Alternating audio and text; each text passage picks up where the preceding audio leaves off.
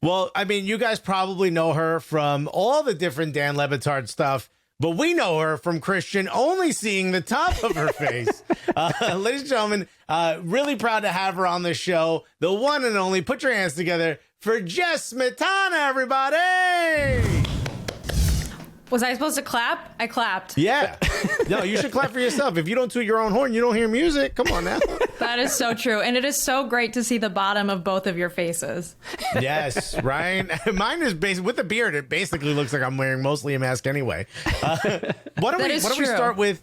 What do we start with? Where you being the sole female voice on the overwhelmingly dude thing of Dan Le Batard show and everything that goes around it. What do you talk about how that happened?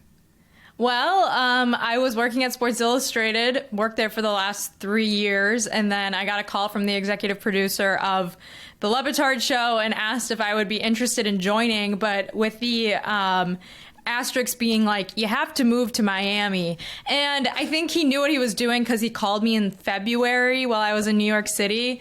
And so the thought of moving to Miami was like really, just sounded really, really nice. So things kind of got, the ball got rolling from there. And then, I ended up moving down to Miami after living in New York City for the last 5 years. So it's been quite an adjustment because it is hot down here. And I know it's hot in New York. Alexis, you said it's like 90 degrees right now in New York, but like Miami is just, I can't go outside without just being like a sweat, like shower, like just showered in sweat, like sweat's just everywhere. It's dripping off my face. It's on my clothes. It's disgusting. Yeah. Your body's adjusted for New York City. Now all of a sudden you got Miami weather. Right. Yeah. And I had just seen on social media, you have posted you went to a Marlins game. And you were with our friend Jenny Chu as well. But apparently, who was it that lost very, very badly? It was the Cubs, my former MLB team, but the Marlins actually sent me this very nice gift basket. I got a Derek Jeter gift basket when I moved to Miami, and they welcomed me into Marlins fandom. So I'm wearing my Marlins shirt right now. Interesting. A message to all of the sports teams out there, I'm very easily bought. If you want to give me a gift basket with jerseys and merch and bobbleheads, like I will root for your team and I'll post about how great the food is at your stadium. So yeah, very, very much a sellout there. You probably had the easiest route to getting a Derek Jeter gift basket, by the way, historically, from if the reports are true. He didn't just give them to influencers, you know? No. I mean, it depends, right? This is the new Jeter, I guess. For him. Yeah. Let's talk about the pin that's on your shirt, though, because this is near and dear to my heart, and I got to find a way to get this. Is that the little cafecito you get with a colada? It is. His name's Tito Cafecito, like Tito the Cafecito, I think. I found this in Wynwood this weekend. I think it's Miami Supply Company. I think it's their design, and it's like a little, like the little cups that you get with the cafecito, and he's got a little like face and arms and feet. He's very cute. So I bought it. I had to buy it. I've got it. That is the cutest, probably image of what should really be considered a drug at this point, because I grew up drinking Cuban coffee. My grandfather used to give me Cuban coffee when I was at 6 years old. And my mother's you really shouldn't be feeding this to him. And he's like, it's in our blood, And I think it explains why I am the way I am today. Did you ever have cafecitos in New York, or is this a new thing since moving to Miami? Well, the first time I had it was during Super Bowl, whatever it was, in Miami last year in 2020, Super Bowl LIV, I guess 44. Some Roman numeral guy will correct me on the internet for that. But yeah, that was the first time I tried them and I got hooked. And it's funny that you mentioned that, like, you were having them when you were 6 years old. Like, this is like a cute little cartoon cafecito guy. It's kind of like the equivalent of like if you had like a cigarette or something with like a cute face and you're marketing it to kids, because that's how addicting these things are. Like, I started drinking it the first time I came to Miami, and then I had 2 and then 3 and then 4, and now every morning I come in to the Le Batard show with Stugatz, and Dan brings in a little colada for everyone, and so we all share them in the producer's room and just down shots of it all day. So I'm like, y'all are junkies.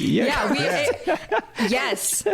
For those of you who don't know or have never had cafecito or a colada, imagine I sold a little pin of a cute cartoon called like Charlie the crack pipe. You know what I mean? But it's like it's too intense. I don't even like coffee, but like I can imagine that you are obviously so wired. Like I honestly I think like remember in Pulp Fiction when Uma Thurman got stabbed with the adrenaline shot, and that was cafecito. That's what woke her up. You know what I mean? From death. Exactly. Yeah, it's crazy because you could just be dragging. Like we start pretty early on the show, and we go for like 5 or 6 hours sometimes, like long recordings. You could be dragging, and it doesn't matter how crappy you feel. You have one shot of a little cafecito, you are golden. Like you're talking at 2 times podcast speed. Some people tell me sometimes when they listen to the podcast on like double speed, they're like, we have to slow down when Jess talks because she's too fast when she's had cafecito. I took Christian and 2 other guys when we were in Miami. I believe it was for some type of all-star event. I forgot what it was. Oh no, we were there for the Neymar event. I took him to El Rey de la Frita, which is the little Cuban burger joint, all the way out there. And I got a colada, and I started giving everyone those little cups. And everyone, Christian's like, I don't drink coffee. The other 2 were like, I just had coffee. And the other guy's like, I just drank an energy drink. So I said, you know what? I'll just sip it a little bit. Without thinking, I drank the whole cup by myself. I was in the Uber, like, I think I'm going to have a heart attack. I mean, I've been drinking coffee since I was 6. That was too much. Could you imagine drinking that whole cup? I was dying. There should, be a Surgeon General's warning on one of those things, because I think, unsuspecting tourists will buy it sometimes thinking it's just a little, double shot of espresso, but it is, 8,000 times the amount of caffeine as a double shot of espresso. Like the fact that they just sell this to people without being like, hey, by the way, you're supposed to share this among 8 friends is a little dangerous, I think. Jeez. Well, it'll be good for fandom in Miami, though, to have a couple cafecitos lying around.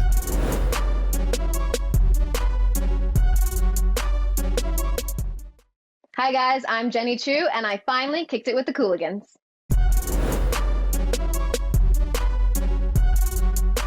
I wanted to talk a little bit about your experience on Batard Show, especially when it comes to soccer, because I know there's obviously soccer fans and soccer, obviously Chris Whittingham and Mike Ryan Ruiz, but it always, soccer is really not a subject that comes up too often unless it's a very big story on a show like Batard Show. So when it comes to the being around it, getting it on the show, what are those conversations like? Because I know at the very least, Inter Miami must come up. They're getting more popular. And the rumors of Lionel Messi possibly playing for Inter Miami one day. Obviously, you would hope that kind of excitement can get into and break into the show.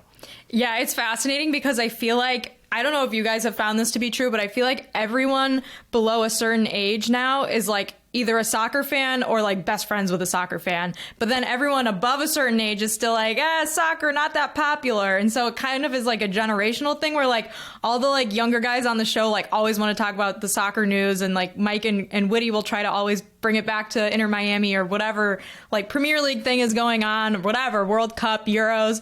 And Dan and Stugatz are they're no one cares about this. And Mike and Whitty are always this is the most popular sport in the world. So last week we were talking about Messi.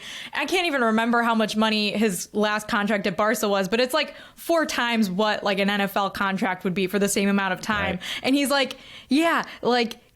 best soccer player in the world, kind of expensive, right? Because that's how many people watch this and care about it. I just thought it was a funny comment because it's so true. Our little tiny American sports fan brains can't comprehend the fact that La Liga is huge and Messi is international star, not just popular in, Kansas City or something like Pat Mahomes is. Right. It's just shocking to Americans that wait a minute, not everyone knows the Dolphins aren't good. No. Right. No, they don't. They could care less. Yeah. So I don't know. I always try to talk about the U.S. women's national team when I can too, because obviously they're this amazing success story, except for obviously this year at the Olympics.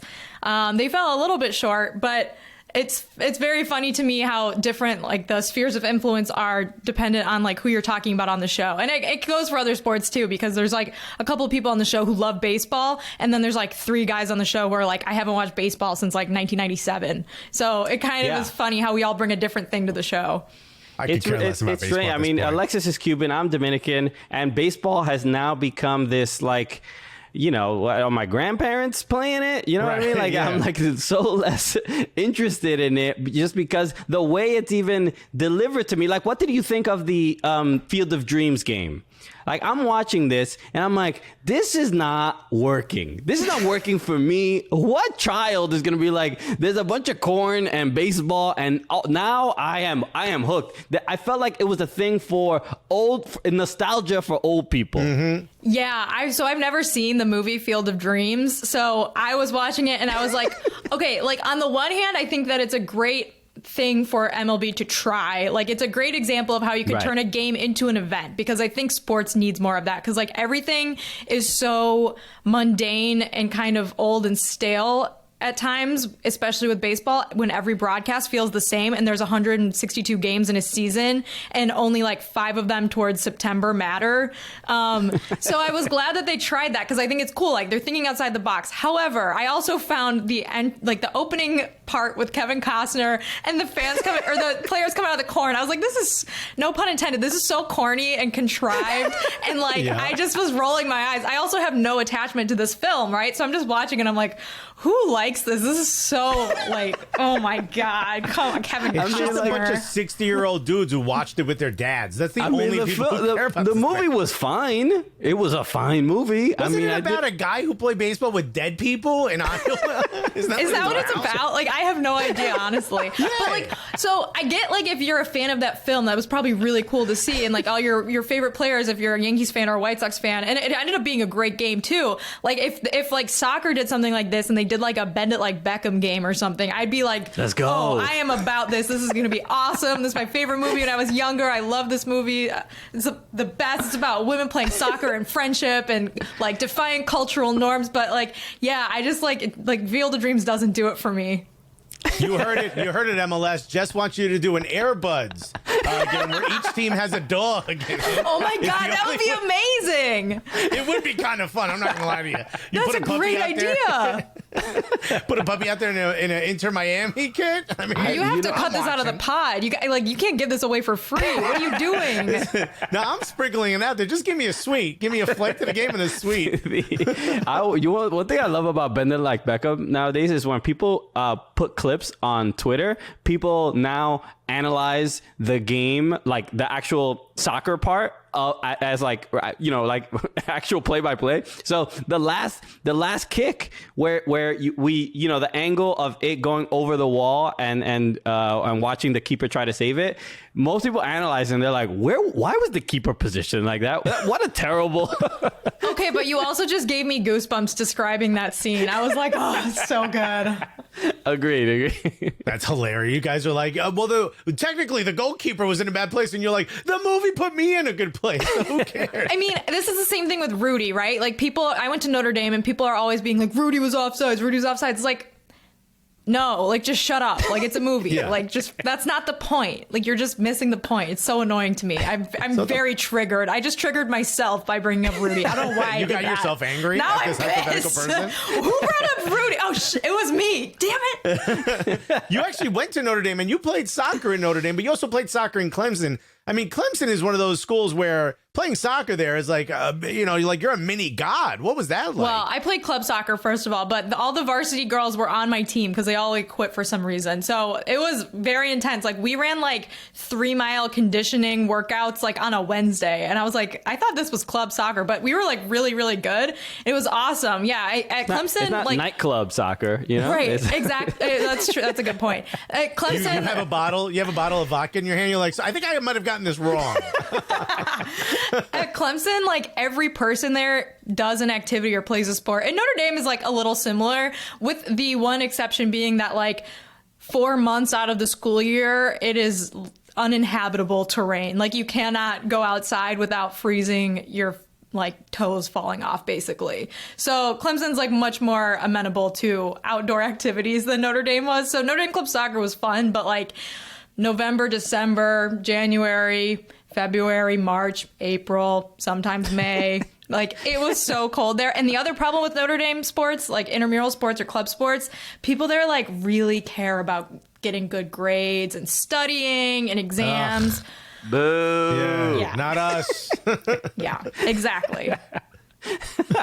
Exactly. No, I walked into college like, who needs clean pee? That's what I'm here for. Let's make some money.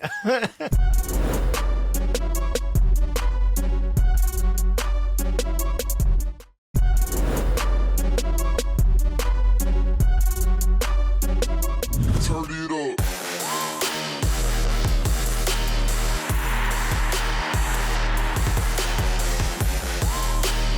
We had one question from a fan before we wrap up. I just wanted to get this is from Gully Squad. This is our supporters group. These are the fans that love the Cooligans so much, and they have an opportunity to toss questions to our guests. And Douglas Reyes Cerrone, he's a DC United fan. Great dude. He asked a question. He says, what are your plans for your first Inter Miami match when you inevitably go? What's the move? That's a great question. Well, I think my move, whenever I go to a new sporting event or stadium, I judge it completely based off the food choices. So like last Friday, I was at the Marlins game. They gave me a bunch of food. I was like, okay, like, am I allowed to swear on this show? I won't. Just of course. Yeah, go for it. I was gonna say I can with this. This is good stuff. Like they gave me I had plantains. Like it was good nachos. Oh, I saw that. Yeah, that was amazing. Yeah. Like they had like shredded pork and rice and like plantains like at a ballpark. I was like at Wrigley Field. They're like they slap you in the face with a hot dog and say like go have fun. Like they don't give you much of anything there. And that's like, outside the stadium. Right.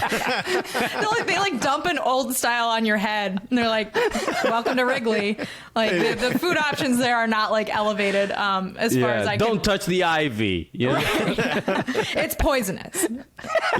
So I'll probably go. I'll probably like check out all the different food, eat it all at my seat, and then like my coworker Chris Whittingham, I think is the voice of Inter Miami's radio coverage. So maybe I'll hop on the radio, listen to him do the call from my seat. That would be kind of fun. That's amazing. There you go. I love how you said, I think he's the voice, and he's 100% the voice. Yeah. He works for Inter Miami. He is there. I promise. Like, it's a friend of mine. I don't know what he does, but apparently he's in a radio booth out there. So I mean, he could just be like lying and like pretending he does it. He actually doesn't. Like that would be crazy if you faked it. Fake it till you make it. This is what is it? Grant Wall's co-host is some imposter. Yes. Who knows who that could be? I don't trust them. That's all I know. You interrupt the radio broadcast and be like, "Hey, what are you doing? What is this? Who are you talking to?" I saw you posted a picture with that weird.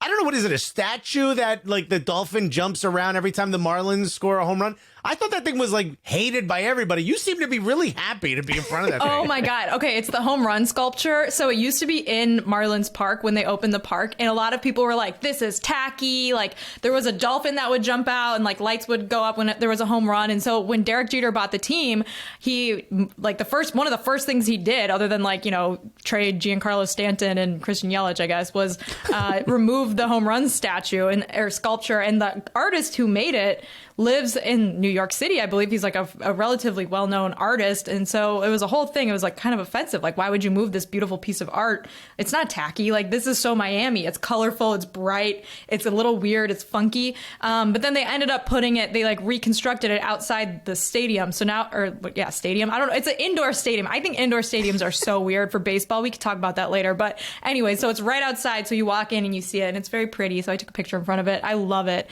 It is, to me, the top tier of art, American art. It's beautiful. It's very Miami. It's loud, it's very colorful, and it looks like it's talking with its hands. And yes. And it's like polarizing. It's like some people hate it, some people love it. Like it just is Miami. You're exactly right. Yeah, you just need a statue to sell you Coke, and then it's officially the most Miami statue of all time. The statue's like, hey, I got a table at Live Tonight. Yeah. That is Miami. Yeah, exactly. I got a table at Live, bro. And then you're like, did the statue just bro me? I got bottles at Story. Yeah. I know a guy at Versailles. If you need to get it. Let's talk a little bit about, you mentioned the U.S. Women's National Team a little bit. We are obviously stands of pretty much anybody that goes through that team. It's an interesting thing because the U.S. Women's National Team is, I think it's arguable at this point where it is the most popular soccer team we have in the United States, without a doubt. I mean, that that is clear. But the anybody who plays on that team is like almost knighted and becomes not only like a hero, but everybody wants to know everything about them. People, it's like a comic book movie where they're like, I'm Midge Purse and I'm Carli Lloyd or whatever. I'm you know what I mean? Like, they just attach themselves. Like, do you? What are those early memories of why you started connecting with the U.S. Women's National Team or favorite players and things like that? Well, yeah, so I started playing soccer when I was super young, like 3 years old, like as early as I can remember. And so it was right around the time that they won the first World Cup with Mia Hamm and like the, historic World Cup. So Mia Hamm was like my favorite player. I just thought she was so cool. And it was so cool to have like, as cliche as it sounds, like a female sports role model. Cause like there weren't a lot, to be honest. In terms of professional sports at the time too, like all you had were the major 4 American sports, and then like college football was all I watched. So it was cool to be able to turn on TV and see them make this run. And Mia Hamm was awesome. One of my friends on my soccer team, like my teammate, she had like a Mia Hamm cardboard cutout in her basement. And I always thought that was so cool. I was like, I want that. But like, why? Like, what does that do? Like, what is that? Who is that for? I don't know why. Like, what is the purpose of a cardboard cutout of an athlete? I don't know. But I was, for some reason, as like a 6-year-old, I was like, like my parents don't love me until they buy me that. And obviously they didn't, because they don't love me. Yeah. Growing up, I only ever saw those at liquor stores. So when I saw a kid who had one, I'm like, did you rob a liquor store? How did you get a cardboard cutout of a player? Speaking of the women's national team, obviously Carli Lloyd, a legend. She just announced her retirement from international soccer and from the women's national team. I guess, what are your initial thoughts on that? My initial thoughts, well, I kind of expected it. I think a lot of people expected that she would retire soon. I'm bummed that I won't get to see her play internationally. I think she said she'd play a few more games with Gotham FC this year, but I don't know. I was just thinking about like some of my favorite Carli Lloyd moments. I think it was the 2015 World Cup where she had the hat trick, and there was the one goal where she like chipped it. You guys know what I'm talking about? From half the field. Pitch, it was insane. Yeah, that was insane. So yeah, that I will definitely miss that. But she, like you said, she's a legend. She's probably like top 5 U.S. Women's National Team player of all time in terms of scoring. I don't know specifically her like scoring stats because I'm not an encyclopedia. I wish I was sometimes, but I am always so jealous of people who just like pull sports stats like out of their butt. Like I don't like, that's not me. But anyway, I mean, they're you know what? They're nerds that intimidate me, and I don't like it. Yeah. Thank you. Same people who can't remember their significant other's birthday, but they're like, I think Jeter hit 300. You're like, yes. How do you know that?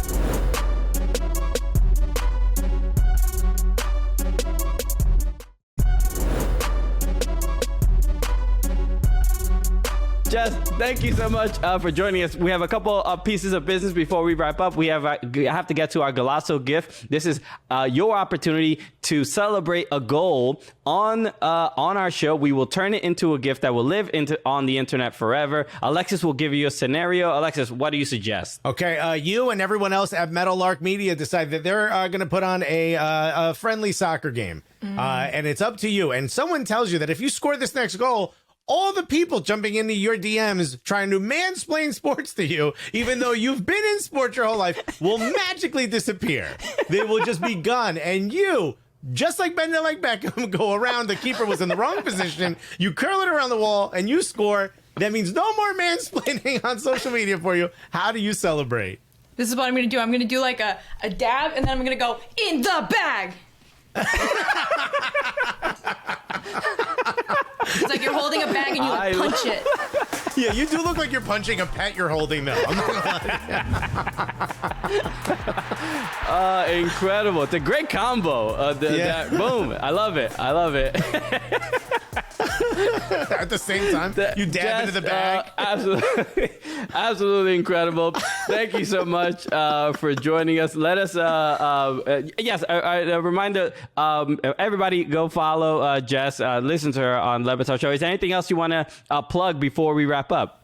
No, my Batard Show with Stu Gatz. We're on Apple, Spotify. We stream on YouTube once a week. And you can follow me on social media, Jessica Smetana, Smetana. My last name means sour cream in Czech.